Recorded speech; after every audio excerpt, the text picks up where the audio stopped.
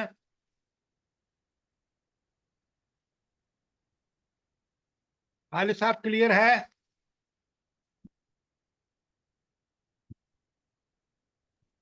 جی سر بالکل کلیئر سمجھ آ رہی ہے، الحمدللہ۔ اچھا، اب آ جائیے آیت 97 پر۔ سبحان اللہ و بحمدہ سبحان اللہ العظیم وَلَقَدْ نَعْلَمُ، یقیناً ہمیں معلوم ہے، إِنَّكَ يَضِيقُ صدرک، کیا ہمیں یقین ہے کہ تمہیں بڑی کوفت ہوتی ہے، تم دل میں بڑے تنگ ہوتے ہو، بما یقولون، جو کچھ یہ کافر کہتے ہیں۔ وہ کیا کہتے تھے؟ اسی نبی کو جس کو خود گواہیاں دیتے تھے کہ یہ صادق اور امین ہے، اس کو کہتے ہیں نعوذ باللہ یہ جھوٹا ہے، اسی کو کہتے ہیں کہ یہ جو ہے یہ اس جادوگر ہے، یہ کاہن ہے، پتہ نہیں کیا کیا الزام لگا ہے۔ اب رب ہمارے، اب یہاں دیکھیں کس طرح نبی کریم صلی اللہ علیہ وسلم کے قلبی کیفیت سے اللہ تعالیٰ کس طرح مانیٹر کر رہے ہیں، اور وہ اللہ آپ سے فرما رہے ہیں کہ یہ بات مجھے پتہ ہے، اور تو آپ کیا کریں؟ آپ کو ان حالات میں کیا کرنا چاہیے؟ فَسَبِّحْ بِحَمْدِ رَبِّكَ، اپنے رب کی تعریف بیان کرو، خوبیاں بیان کرو، اس کا شکر کرو، وَقُمْ مِنَ السَّاجِدِينَ، اور سجدہ بجا لو، سجدوں میں کی کثرت کرو۔ اگر آپ کو غموں سے، پریشانیوں سے جو دین کے راستے میں آپ کو آ رہی ہیں، یہ نسخہ کیمیا اللہ نے بتا دیا اس وقت نبی کریم صلی اللہ علیہ وآلہ وسلم کو اور ہر دائی کو کہ فَسَبِّحْ بِحَمْدِ رَبِّكَ، آپ کیا کریں ان حالات میں؟ کتنی بڑی آیت کے آخر میں، سورت کے آخر میں کتنی بڑی اللہ تعالیٰ ہدایت دے رہے ہیں نبی کریم صلی اللہ علیہ وسلم کہ آپ اپنے رب کی حمد اور شکر بیان کریں کہ آپ کو اس نے اس کام پہ لگایا ہے۔ آپ کو جو جتنی بکواس یہ کر رہے ہیں کافر، یہ صرف اللہ کے حکم کو بجا لانے میں ہے، تو آپ تو اللہ کا شکر ادا کریں کہ اللہ نے آپ کو اس کام کے لیے چن لیا۔ وَقُمْ مِنَ السَّاجِدِينَ، اور سجدے کرو اللہ کے لیے، کیوں؟ وہ آپ کو سکون عطا فرمائیں گے۔ سجدے جو ہیں اللہ کا سجدہ کرنے کا مطلب ہے، ایک تو یہ ہے کہ باقاعدہ نماز میں سجدے، دوسرا سجدہ یہ ہے کہ اللہ کے سامنے جھکے، اس کے احکامات کی پابندی کا حق ادا کرے۔ یہ آخر میں کتنی کہ کفار کے طنز پر صبر و استقامت کی تلقین کی جا رہی ہے، اور کفار کی بدگوئی کے معاملے میں کیا چیز مومن کو کیا کرنی چاہیے؟ نبی کریم صلی اللہ علیہ وآلہ وسلم کو کیا اللہ حکم دے رہے ہیں؟ تسبیح اور تحمید، تسبیح اللہ کی بے عیبی بیان کرو، سبحان اللہ، اور اللہ کی حمد بیان کرو۔ اب وہ جو بخاری کی پہلی حدیث ہے، کلمتان خفیفتان علی اللسان، بڑے ہلکے ہیں، تو سر کیا ہے؟ جی آخری حدیث ہے، جی آخری حدیث ہے سر جی۔ اچھا آخری حدیث ہے، سوری۔ تو وہاں کر فرمایا سبحان اللہ و بحمدہ سبحان اللہ العظیم۔ کیا بات ہے، انتہا ہے، تسبیح اور حمد دونوں، سبحان اللہ و بحمدہ سبحان اللہ العظیم۔ ذرا غور کرے، مانو، سمجھیں۔ آپ کو اور مجھے چاہیے کہ ڈیلی کم از کم 100 مرتبہ سمجھ کے اس کو پڑھیں، کم از کم اتنی جس کو رب کہہ رہے ہیں، جس کو نبی کریم صلی اللہ علیہ وآلہ وسلم فرما رہے ہیں، کلمتان خفیفتان علی اللسان وثقیلتان فی المیزان۔ اللہ اللہ، معمولی بات نہیں ہے، کاش ہم اس کو سمجھیں۔ ہم فارغ ہوتے تھے ایسے بکواس گانے گنگناتے شروع کرتے جو اللہ کی ناراضگی کا باعث بنتے۔ آپ ڈرائیو کر رہے ہیں، آپ کہیں فارغ ہیں، زبان آپ کی، آپ اللہ کا ذکر کی، اور اذکار میں یہ اذکار خاص کر جن کا حدیث میں ذکر آیا ہے کہ جیسے یہ آپ سبحان اللہ و بحمدہ سبحان اللہ العظیم۔ آپ دیکھیں حضور نبی کریم صلی اللہ علیہ وآلہ وسلم کو جب آپ سخت پریشان ہوتے تو وہاں حکم دیا جا رہا ہے فسبح بحمد ربک، تسبیح بیان کر اللہ تعالیٰ کی، اس کی حمد کے ساتھ، وقم من الساجدین، اور سجدہ کرنے والوں میں سے ہو۔ اب میں آپ کو ذرا یہ جو تسبیح کا بار بار اللہ ذکر حکم دیتے ہیں، سورہ طٰہٰ کی 130 لکھیں، سورہ طٰہٰ کی آیت 130، جلدی لکھیں۔ اللہ تعالیٰ فرماتے ہیں فَاصْبِرْ عَلَىٰ مَا يَقُولُونَ، بالکل وہی مضمون ہے جو اوپر آپ پڑھ رہے ہیں۔ اے نبی صلی اللہ علیہ وسلم، آپ صبر کیجئے جو بھی یہ کہتے ہیں، وَسَبِّحْ بِحَمْدِ رَبِّكَ، بالکل وہی، وہ جو فَسَبِّحْ بِحَمْدِ رَبِّكَ آیت 98 میں کہا نا، یہاں بھی کہا وَسَبِّحْ بِحَمْدِ رَبِّكَ قبل طلوع الشمس وقبل غروبها۔ یہ تو نمازوں کے اوقات بھی آ گئے، اور تسبیح اور حمد کا ذکر بھی آ گیا۔ وَمِنْ آنَاءِ اللَّيْلِ فَسَبِّحْ وَأَطْرَافَ النَّهَارِ لَعَلَّكَ تَرْضَىٰ، تاکہ تو راضی ہو جائے۔ یہ تسبیح کے بتا دیا کہ دن ہو رات ہو۔ لکھیں سورہ فرقان کی آیت 58، سورہ فرقان 25 نمبر پر ہے، اس کی آیت 58، 58، وَتَوَكَّلْ عَلَى الْحَيِّ الَّذِي لَا يَمُوتُ، اور توکل کر اس ہستی پر جو زندہ ہے، جس کو موت آنی ہی نہیں ہے۔ اچھا، اس کا کیا مطلب ہے کہ اس پر توکل کر جو ہمیشہ زندہ ہے اور اس کو موت نہیں آنی؟ کیا مطلب ہے اس کا؟ مفہوم کیا ہے؟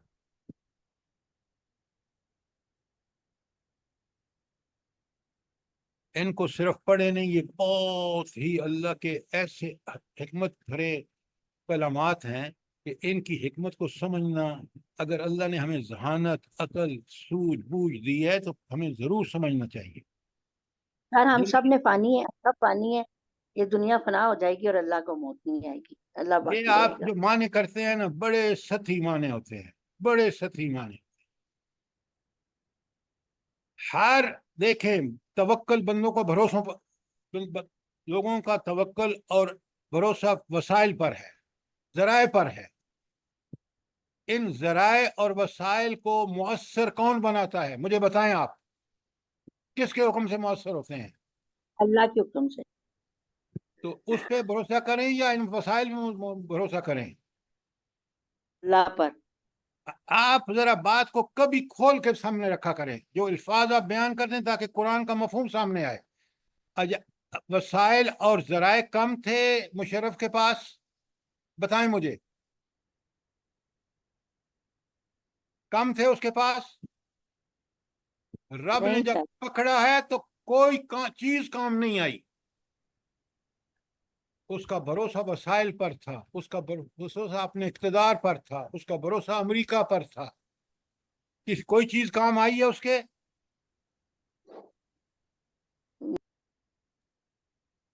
نہیں ایسے سر. معنی مت کیا کریں جس سے اللہ کی شان میں کمی نظر آئے. لہذا وہ ہمیشہ زندہ ہے. کہ آپ کا انسانوں پر بھروسہ ہے، انسان تو مر بھی سکتا ہے، تو لہذا بھروسہ اس پہ کرو جس کے پاس اقتدار، اختیار اور جو ہمیشہ زندہ ہے، جو آپ کی کیفیات سے واقف ہے، آپ کے حالات سے واقف. معمولی بات ہے. وَتَوَكَّلْ عَلَى الْحَيِّ الَّذِي لَا يَمُوتُ. آگے پھر فرمایا وہی بات جو اس آیت میں آپ نے 97 میں پڑھی ہے، وَسَبِّحْ بِحَمْدِهِ، اور اس کی تسبیح بیان کر حمد کے ساتھ. اچھا، آپ نماز میں سب سے پہلے کس کو پڑھتے ہیں؟ کیا حکم ہے جب تسبیحات پڑھتے ہیں تو کیا پڑھتے ہیں سب سے پہلے؟ سبحانک اللہم. بڑیائی بیان کرتے ہیں، بڑیائی بیان کرتے ہیں. یہ ہے آپ کا سارا. کتنے آپ پڑھتے ہیں؟ پہلے کہتے ہیں سبحان اللہ. کیوں؟ یہاں آیا پہلے سبح، ہمیشہ پہلے سبحان اللہ کہتے ہیں، اس کے بعد کیا کہتے ہیں؟ الحمدللہ، اور اس کے بعد کیا کہتے ہیں؟ اللہ اکبر. تو سبح کا مطلب ہے سبحان اللہ، اور بحمدہ کا مطلب ہے الحمدللہ. تو تسبیح اور حمد دونوں ساتھ کیوں آئے ہیں؟ مجھے بتائیں، جلدی بتائیں. پہلے تسبیح آئی ہے پھر حمد آئی ہے، کیوں آئی ہے؟ کیا اس میں اللہ تعالیٰ کی حکمت ہے؟ آپ میں سے کوئی بتائے. ام عبداللہ بتائیں. جی، جو سبح للہ ما فی السماوات والارض بتایا گیا کہ ہر چیز اسی کی تسبیح کرتی ہے، تو تسبیح. اور چھوڑیں اس بات کو.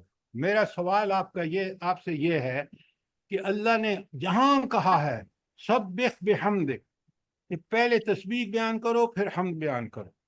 سر آپ نے یہ بتایا تھا نا کہ کسی کی تعریف اس وقت تک مکمل نہیں ہو سکتی جب تک ہم اس کی پوری بات نہ کریں کہ اس میں کوئی برائی نہیں ہے. پہلے اللہ آپ تعالیٰ سنیں پہلے آپ اعلان کرتے ہیں سبحان اللہ، کہ میرے رب ہر کام، ہر برائی، ہر عیب، ہر نقص سے پاک ہے. آپ جب یہ اعلان کرتے ہیں کہ اس میں کوئی نقص نہیں ہے، اس کے بعد آپ کہتے ہیں الحمدللہ، کہ ساری تعریفیں، ساری خوبیاں اس کے اندر ہیں. یہ مکمل تعریف جب تک آپ تسبیح اور تحمید دونوں یک وقت نہ کریں اور اس آرڈر میں نہ کریں، تسبیح کا حق ادا نہیں. اس لیے بار بار آپ دیکھتے ہیں، کبھی غور نہیں کرتے کہ کیوں یہ اللہ تعالیٰ ہمیشہ تسبیح کو پہلے لاتے ہیں اور ہم کو بعد میں لاتے ہیں.